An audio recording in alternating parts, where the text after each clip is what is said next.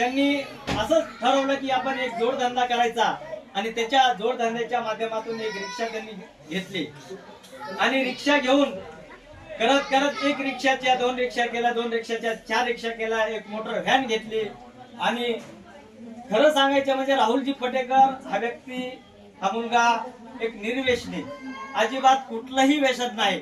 तेव्हा कुठं राहुलजी फटेकर यांची भरभराट झालेली आपल्याला बघायला मिळत आहे.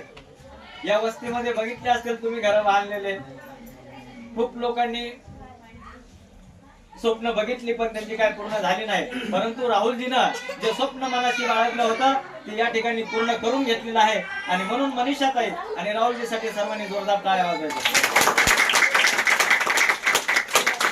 दोघांची खूप अपार मेहनत आहे आणि या नवीन घरामध्ये त्यांचं आयुष्य सुखाचं, समाधानीचं, भरभराटीचं आणि आरोग्यमय जावो अशी आपण तथागताच्या चरणी प्रार्थना करूया.